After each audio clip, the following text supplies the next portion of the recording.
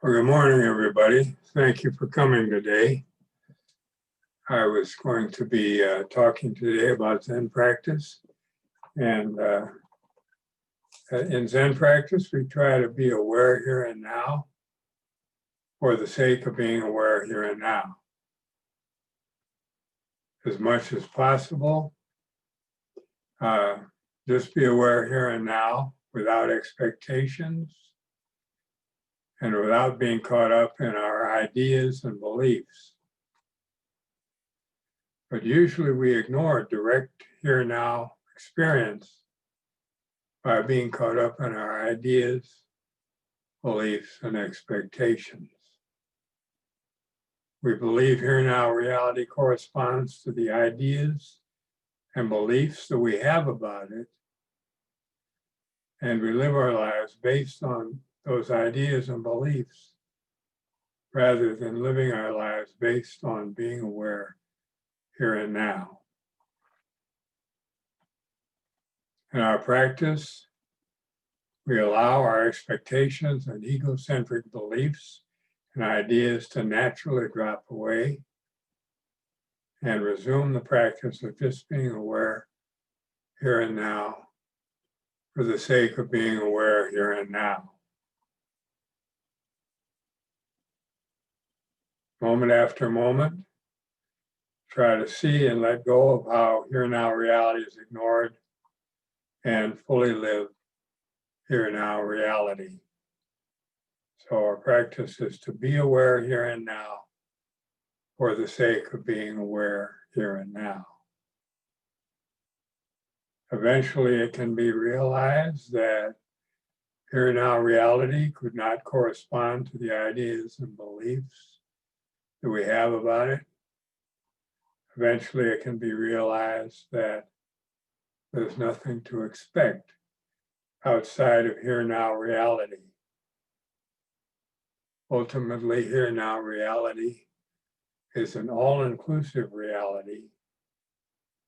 This all-inclusive reality, here and now, is our true life. We're not lacking anything. So just be aware here and now in all circumstances as much as possible. It seems like we're lacking something, but if we look carefully at our life, we can see that that's how it appears, but we can see beyond that and realize that ultimately we're not lacking anything. It appears as though we're lacking something, but if we really see our life as it is, we can see our true life is not lacking anything. So just as much as possible, just be aware here and now in all circumstances.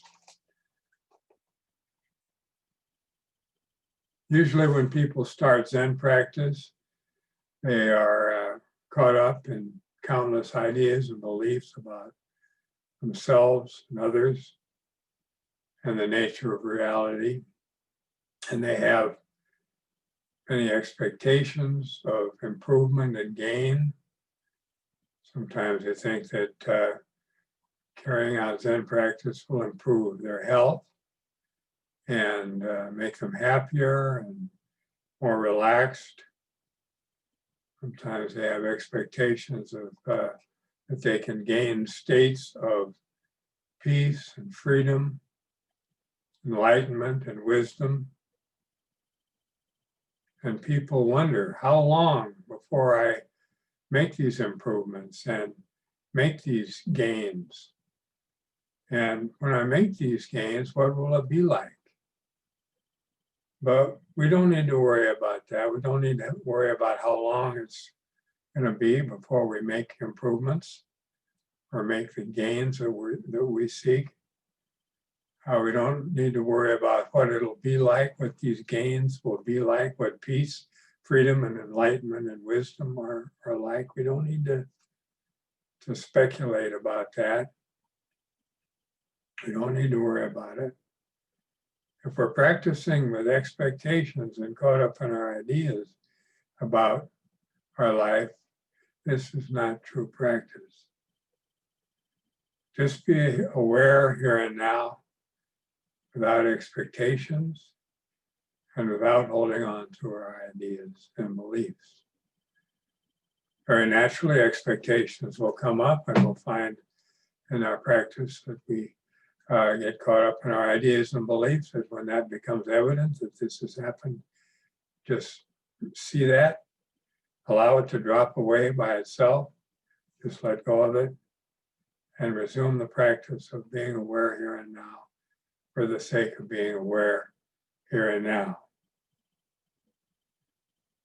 One time, Katagiri Roshi was asked by a student. The student asked, if I sit zazen, will enlightenment come to me? And Katagiri Roshi said to the student, no, even if you sit zazen, enlightenment will not come to you. Enlightenment is not something separate from you now. It's not some state separate from you, and you have to use the technique of zazen to get that separate state to come to you. Enlightenment is right here now. It's just we overlook it by being caught up in our limited views and ideas. And caught up in our expectations of enlightenment, peace, freedom, and wisdom as being particular states that are separate from us. And we will get those states if we use the technique of zazen. But zazen is not really a technique. It's not a technique to get things that you're lacking. The student could have asked Katagiri Roshi, he could have said, if I said zazen, will I get to enlightenment? Here again, he's assuming that enlightenment is something separate from him. And he needs to use the technique of Zen practice to get to enlightenment. But this is once again getting caught up in overlooking actual direct experience and practicing based on overlooking actual direct experience. Enlightenment, peace, freedom, and wisdom are not states separate from us, so we have to use a technique to get. They're right here now. It's just we usually overlook them. We usually ignore these states that are not separate from us.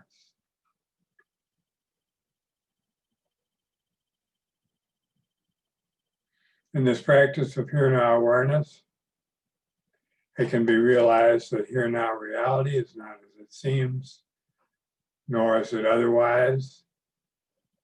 Here now reality seems to be a reality of separate things that persist through time and move through space and interact with other separate things to cause other separate things to appear and other separate events to take place.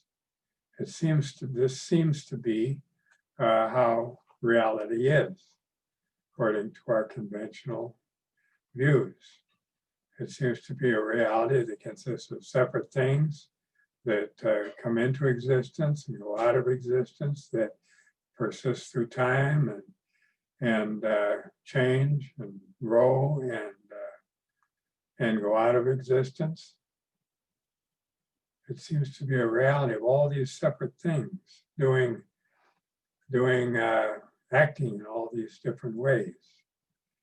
And usually people one-sidedly and very deeply believe that this is the complete picture of reality, that it's a reality that consists of separate things that persist through time. And this is very much how we believe reality is. But with careful investigation of direct here now experience, it can be realized that actually separately existing, persisting things cannot be found. You can't actually find separate, persisting things. There are all these, the reality is all these seemingly separate, seemingly persisting things are empty of separately existing, persisting selfhood or substantiality. We can't find any substantiality in reality when we look at it, when we look at it carefully. But yet, this reality in which no separate persisting selfhood or substantiality can be found functions and manifests itself in such a way as to bring about the appearance of separate things that persist through time and move through space and interact with other separate things. It's this reality in which separate things can't be found shows up in this way. But ultimately, you can't find separately existing, persisting things. But we need to still take care of these seemingly separate things without being caught by the idea that they actually are separate things. And we need to take care of this reality in which no separate things can be found, which is empty of separate, persisting, substantial things, without being caught by our ideas of emptiness or non-substantiality. We need to live this reality, which is not as it seems, nor is it otherwise.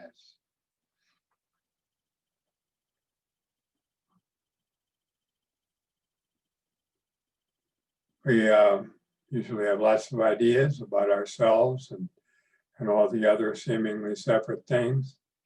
And we live our lives based on these ideas. And we don't throw out these ideas. We don't just ignore the seemingly separate things and saying they're all non-substantial or they're all empty. We don't do that. We take care of this reality without being one-sidedly caught by the idea that they're separately existing things or that they're not separately existing things.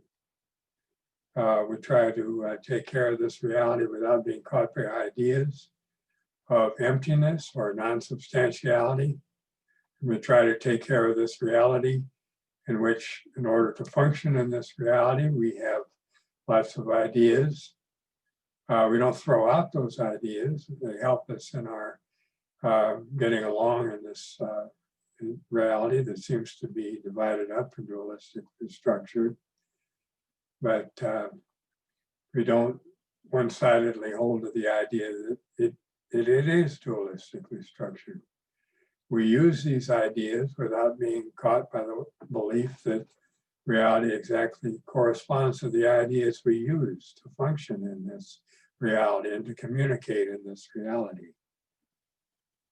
So we need to see that reality is not as it seems, but nor is it otherwise. We can't pin down what reality is. We have to be aware to our situation here and now and take care of this reality in which can't find separate things, but yet this reality manifests as looks like separate things. Try to take care of ourselves and all the seemingly separate beings without being caught by the belief they actually are separate beings. We try to take care of this reality, which is empty of separately existing, substantial, persisting things, without being caught by the idea of emptiness or non-substantiality. And we continue to use the ideas that we have about the seemingly separate things without being caught by the one-sided belief that reality exactly corresponds to the ideas that we have about it.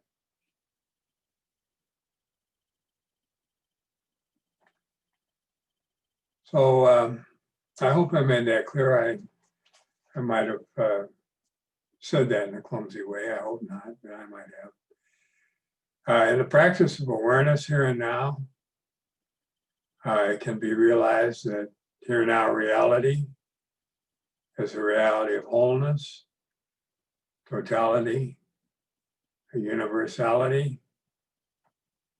Ultimately, this is an undivided reality, as I mentioned, but this undivided reality functions and manifests itself in such a way as there seem to be lots of separate persisting things, and there seem to be lots of separations and divisions and categories, and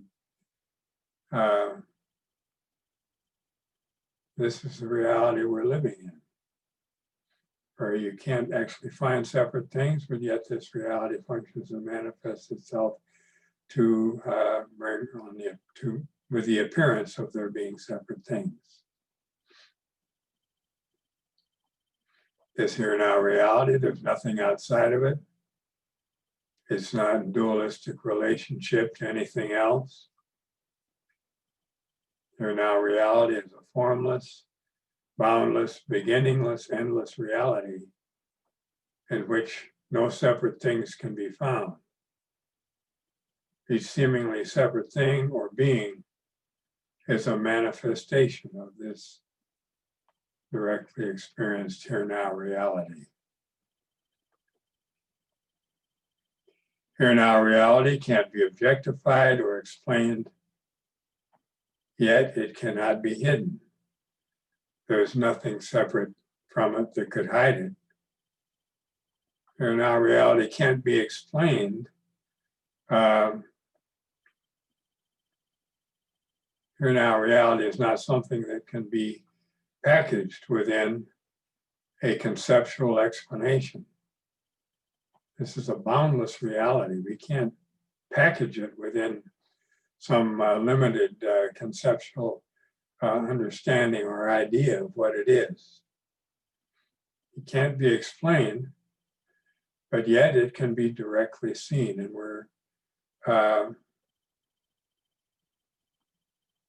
it can be directly seen, and it is being directly seen moment after moment. It's already known. This here now reality, directly experienced here now reality is already known. It's not known conceptually, it's not known objectively, but it's known directly. And all of us know this directly. It's just we usually overlook the direct here now experience and get caught up in our ideas and expectations regarding this reality. But it's important we don't try to figure it out. Katagiri Roshi used to say, we're always playing juggling. We're juggling our ideas, trying to figure out what this reality is and what practice is. He says, don't try to figure it out. Just let yourself directly experience this reality by seeing and letting go of how this reality is ignored and resuming the practice of being aware here and now. Just allow yourself to directly experience this reality without trying to figure it out, without trying to explain it, without trying to see it objectively or understand it conceptually.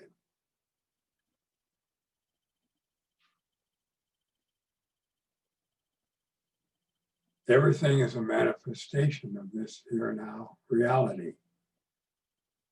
And it can't be hidden. This here now reality cannot be hidden. As I mentioned, there's nothing separate from it that could hide it. And everything is a manifestation of it. There's nothing that you can experience. It is something other than a manifestation of this here now reality. And this here now reality is being directly experienced now, here now. In the practice of here now awakeness or here now awareness, we can see that we are inseparable from all beings. Everything you meet is your own life in the sense that you're inseparable from it. Our true life is the life of all beings. And we try to take care of ourselves and all beings with compassion. Usually when you hear the life of all beings or we hear the term all beings, our minds go to the idea of separate beings. But ultimately you can't find separate beings. But yet this reality shows up, looks like separate beings. We need to function and take care of all these seemingly separate beings without being caught by the idea that they actually are separate beings. So our true life is the life of all beings. And we try to take care of ourselves and all beings with compassion. They're inseparable from our life. So we need to be kind and compassionate in our dealings with them as much as we can.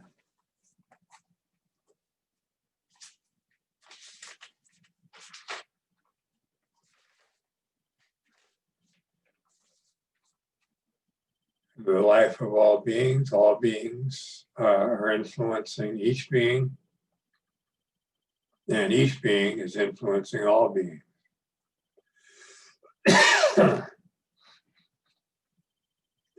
In our reality is a reality in which all beings are mutually influencing each other and enabling all beings to be as they are. To help all beings is to fully participate in and live this here now reality where all beings are mutually influencing and helping each other. We have a vow in our practice to help all beings. And to help all beings is to fully participate in this reality where we're living inseparably from all beings and influencing all beings and being influenced by all beings.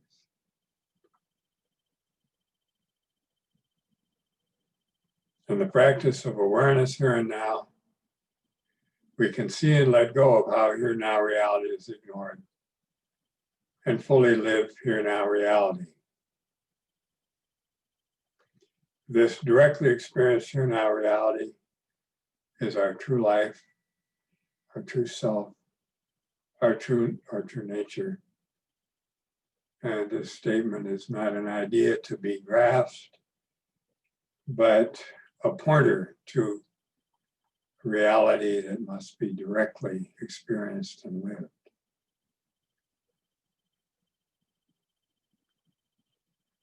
When we first start out in this practice, we usually think that I, separate ego, self, me, should be aware.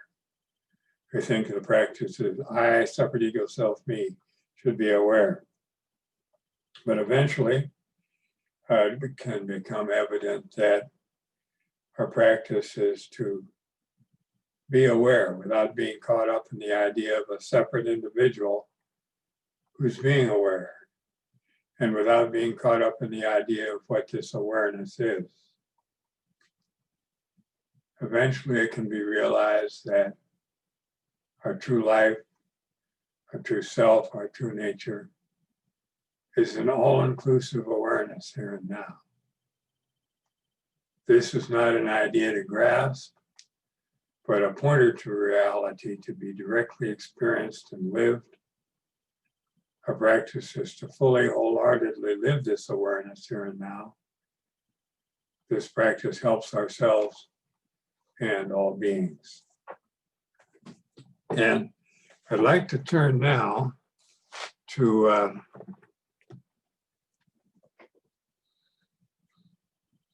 something in Katagiri Roshi's book, You Have to Say Something.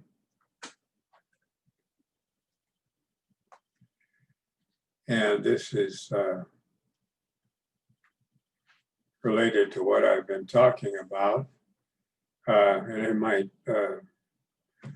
be more clear than what I've said.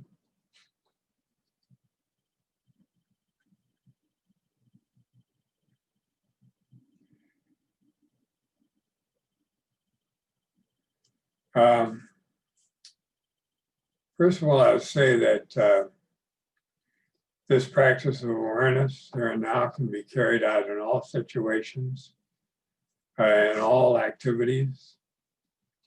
But the most stable and peaceful form of this practice is the practice of Zazen. And so I'll just read a little bit of what Katagiri Roshi says about Zazen practice. Zazen is sitting meditation. Za means to sit, and Zen is meditation. In Chinese, the character Za of Zazen is a picture of two people sitting on the earth. This means we have to sit Zazen with others, not just with other people, but with all things. You cannot sit Zazen alone. That is, you cannot sit within an egoistic, selfish territory that is all your own. It's impossible. To sit Zazen, you must open yourself to the universe.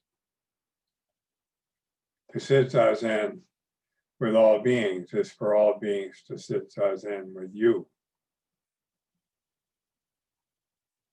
We have to make our best effort to sit Zazen without expecting anything extra. If you expect something from your Zazen, even slightly, you cannot do your best. You are caught up in a dualistic understanding of Zazen. You have the idea that Zazen is a technique to benefit the separate ego self that you believe you are. So you're not really practicing true Zazen. If you want to do Zazen, just do Zazen without being caught up in ideas of who and what you are, and without being caught up in expectations. Intellectually, you want to know what Zazen is. So you ask, what is the purpose of Zazen? What is the result? What will I get from doing Zazen? But if you simply jump into Zazen with full participation and attention, with no separation between you and Zazen, then very naturally, you can see some result. It can be released from the confusion we have about Zazen. We can see and let go of how we're caught up in our limited one-sided ideas about what our life is and what Zazen is, and we can allow that to drop away. If you do Zazen after hearing that it makes you calm, then you expect to be calm when you sit Zazen. But when you actually sit Zazen, you discover your mind is very busy. When you see you are not calm, you are confused because you acquired an idea of Zazen before you actually experienced it. So you ask, why should I do this? When this happens, what you must do is let go of any expectations you have about Zazen and just sit Zazen. When I started sitting Zazen, I experienced all kinds of ideas and memories and thoughts and emotions and desires. All these things came up when I was sitting Zazen. And I'd hear old rock and roll songs, and I'd hear television commercials and radio commercials. And I was thinking, I was expecting something more majestic than this. I was hoping that, I'd experience something more wonderful than just all this mental trash that I'm experiencing. But Katagiri Roshi says, when you see that this is going on, when you see that your mind is very busy and caught up in all sorts of mental trash, just allow it to drop away. Let go of the expectations you have about Zazen, and just sit Zazen without expectations, without holding on to your ideas of what Zazen will do for you or what Zazen is.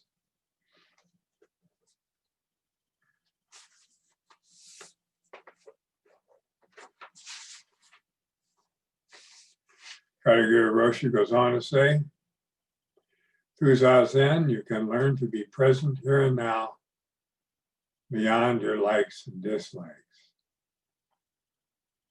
Even though you sit Zazen every day, ego can still be a problem. You can become proud of your practice. Wherever you go, you may insist on doing Zazen, or you may kick out anyone who interferes with your Zazen. You might stop caring about your family, your schooling, your job, your office, and just care about your Zazen. Sometimes people do these things, but it's all just egoism. This is not right practice.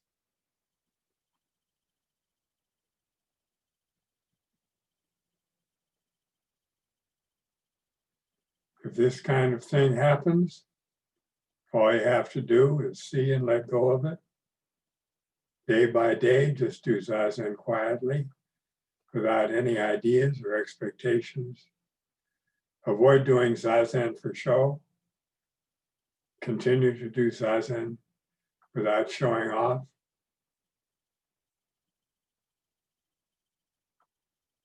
I had a friend who, he was at a party where it was a pretty wild party, lots of people drinking and carrying on and acting wild. And he decided that he would sit Zazen to show them that there was another way of life other than this wild, hectic lifestyle that they were engaging in at this party. So right in the middle of this wild party, he sat Zazen. But it didn't go over very well. People teased him mercilessly about this, and it was not a good experience for him. He was kind of showing off his Zazen. Look at what I'm doing. You guys are off drinking and carrying on and acting wild, but I have another way of life that's far better. I'm going to show it to you. But it was not the time or place to show Zazen, because everybody was pretty well lit up by that time, and they weren't too receptive to his teachings. I wasn't at that party. He told me about it later on. If I had been, I would have said to him, don't do that. That won't go over very well here. So anyway, it's good not to show off your Zazen or be proud of what a great Zen guy you are or any of that. Just carry out your Zazen in a straightforward manner, a modest manner, without showing off or trying to be a big shot, a Zen big shot.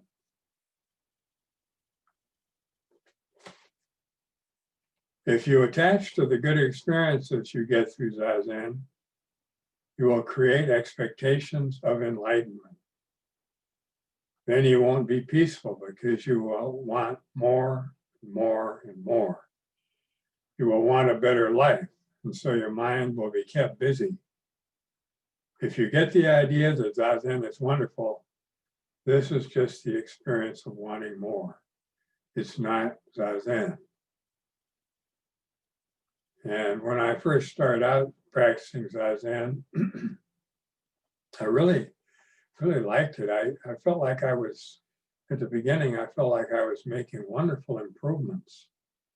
I was becoming calmer and happier and much more peaceful and easier to get along with. My parents commented on that. They said that I was much easier to get along with. I was sitting with Zazen.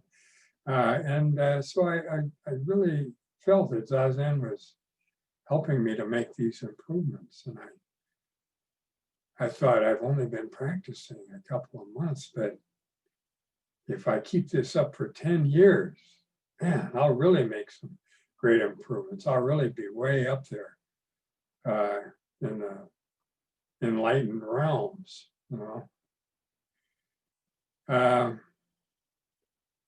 Well, anyway, 10 years came and went, and now it's been over 50 years. And if I'd known then what I was going to be like now, I would have been very disappointed. So Anyway, it's best not to practice great expectations, which I was doing at that time. But fortunately, my teachers at that time, Katagiri Roshi and Suzuki Roshi, very strongly emphasized that this practice is carried out without being caught up in ideas of gain and improvement. And eventually I heard what they were saying, and that was very helpful for me to hear. Very grateful to them for pointing that out to me.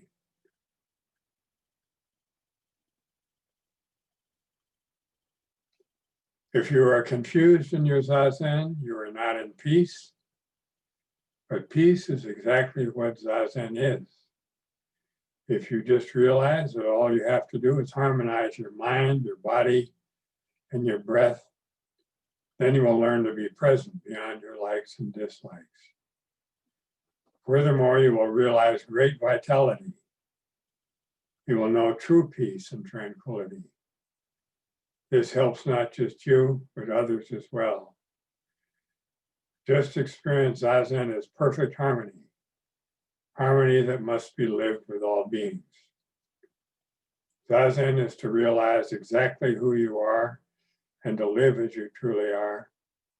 This is to help all beings and be helped by all beings. This is what we have to do. So this reality that we're living, this is a peaceful reality. It's a reality where you can't find separate, substantial, persisting things that could bang into each other and create disturbances for each other. If reality shows up, it looks like they're separate things interfering with each other, creating disturbances for each other. But if we look, see clearly what our life is, it can be realized that ultimately you can't have separate things that create disturbances for each other. We're already living a reality of peace. We're already living this reality of peace. This reality, this peaceful reality is simultaneously a dynamic reality. It's a reality that Dogen calls a reality of total dynamic working. It's a reality of totality, in which all things are functioning together unrestrictedly, unobstructedly. It's a reality that it's dynamically functioning, but a peaceful, serene reality. It's a reality which is peaceful, but simultaneously dynamic. This is the reality that we're living.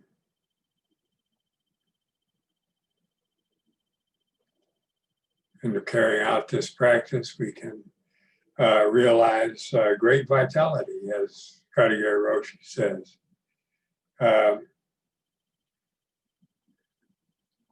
There's a saying by the Zen teacher Dogen. Dogen is an important teacher in our tradition. And Dogen had the expression that our practice should be carried out with the lively vigor of a leaping fish. Because our practice should be carried out with fully living this dynamically functioning reality, this totally dynamically functioning reality where all beings are functioning together in peace and harmony. This is our practice, to live this dynamically functioning life, which is simultaneously a completely serene life. You don't actually have separate things creating disturbances and disruptions for each other. This is a reality of complete harmony. And well, getting back to what Dogen said, Dogen said, we must practice with the lively vigor of a leaping fish. And this was an expression that Katagiri Roshi used to use quite a bit. And he would use this in his lecture, quoting Dogen. And he would say that, I'll give an example. He would say this sometimes on occasions that were rather humorous. One time there was a party that we were having at a Zen Center member's house, and there was a dancing and going on, and one of the fellows who was doing the dancing was dancing with very powerful dance moves, very powerful but yet graceful dance moves, and he was right on the beat and moving with gracefulness and precision, and very powerful and dynamic, but very, very wonderful, the way he was dancing. I was standing next to Katagiri Roshi at that time. We were watching this fellow out on the dance floor doing his moves, and Katagiri Roshi said to me, "His dancing has the lively vigor of a leaping fish." And I said, "Yes, I agree with you." So this is a conversation I had with Katagiri Roshi many years ago. And I really like that expression of Dogen's and Katagiri Roshi's. Our practice must be carried out with the lively vigor of a leaping fish. And Katagiri Roshi said also, this was, Dogen never said this, but Katagiri Roshi did. He said, usually we lead a flat beer life, he would say. We're living this dynamically functioning,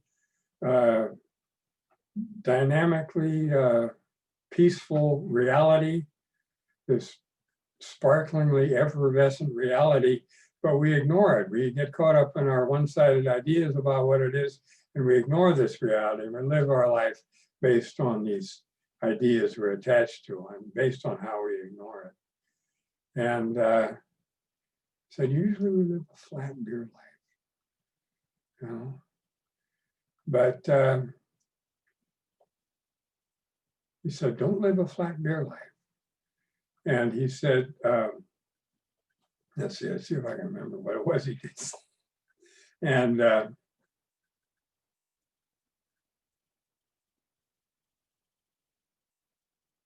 yeah, he's always, Katagiri Roshi would go on to say,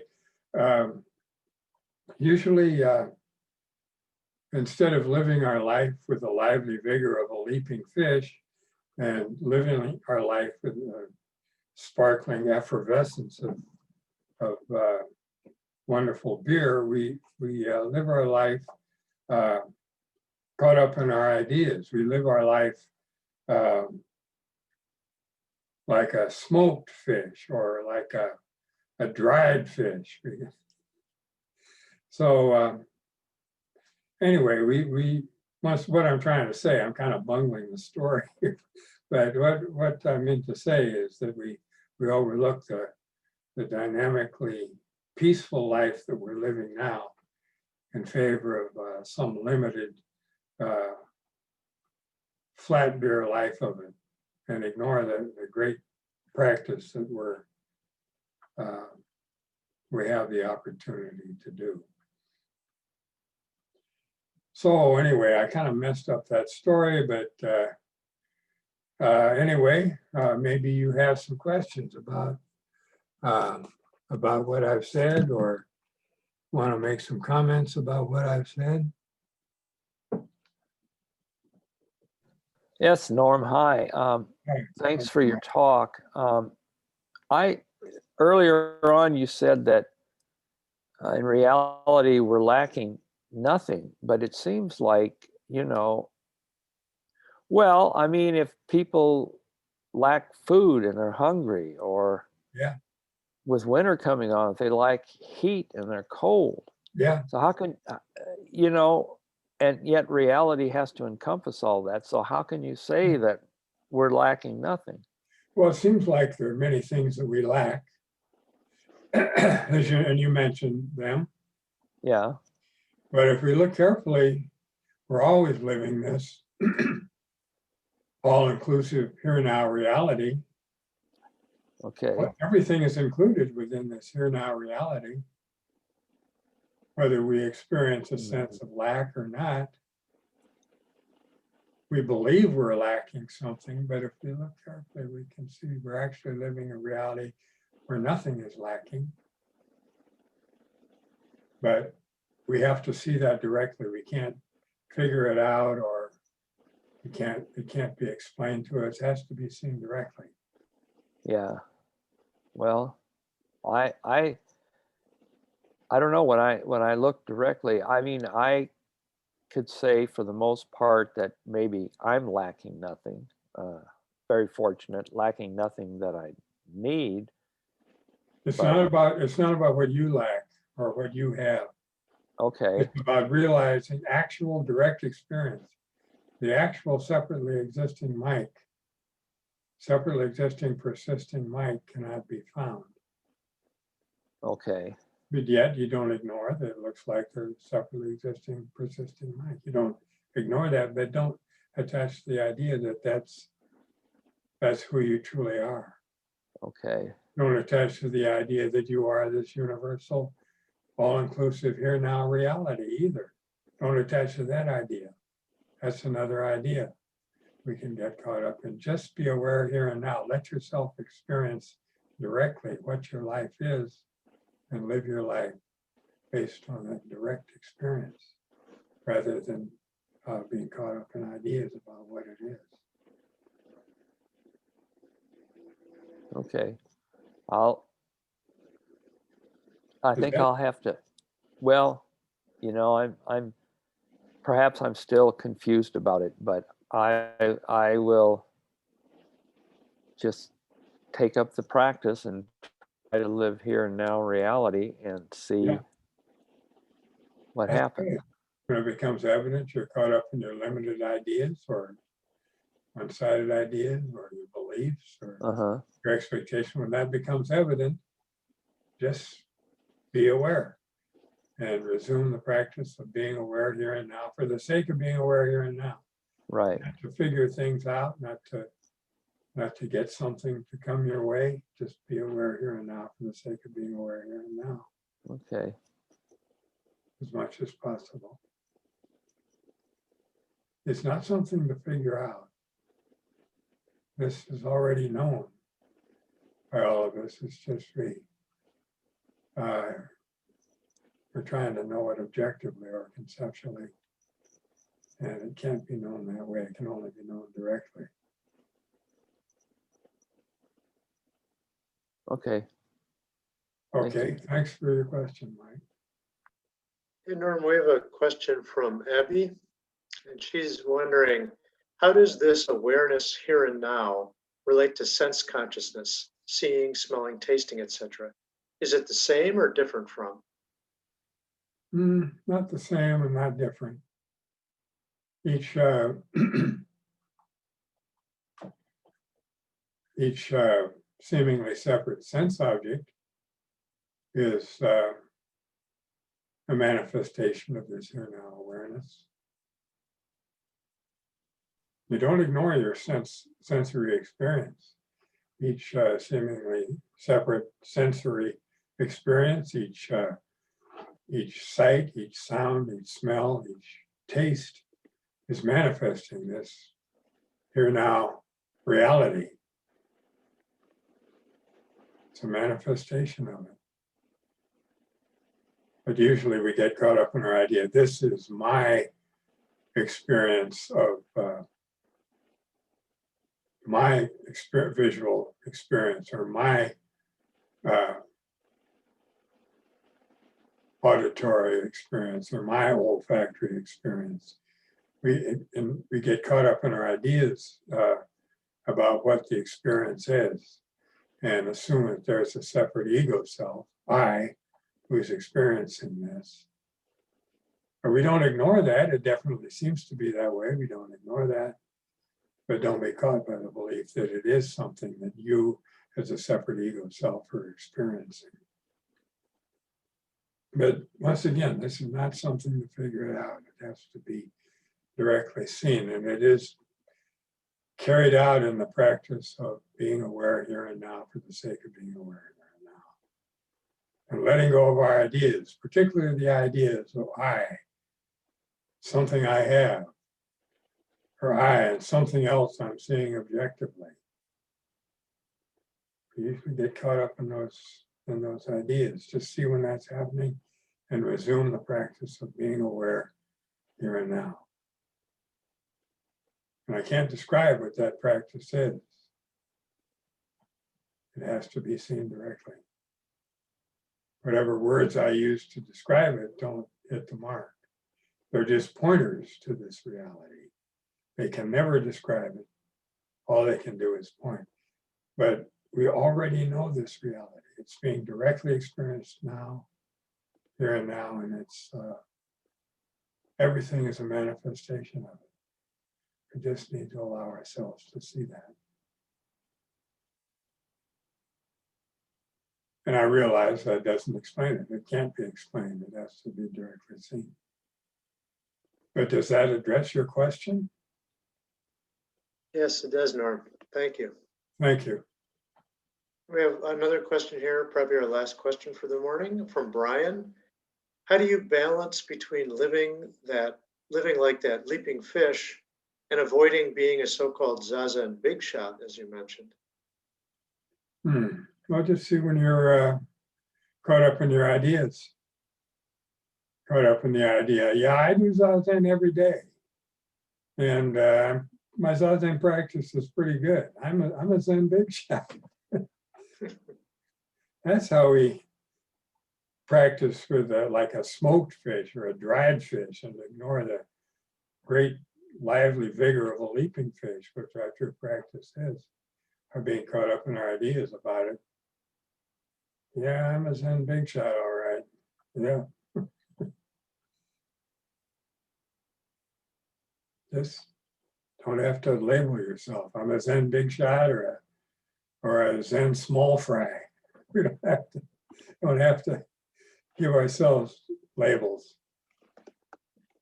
We can give ourselves labels provisionally, but don't hold too tightly to them. Just see them as provisional labels, which might be effective in guiding us through our life a little bit, everyday situations, but don't attach to them too much. Does that address your question, Brian? It does, Norm. Thank you. Thank you. Thank you, Brian. All right, it looks like we're at 11 o'clock. Thank you, Norm, for your talk. It was great. Oh, thank you, Steve. Thank you, everybody, for coming. I appreciated it.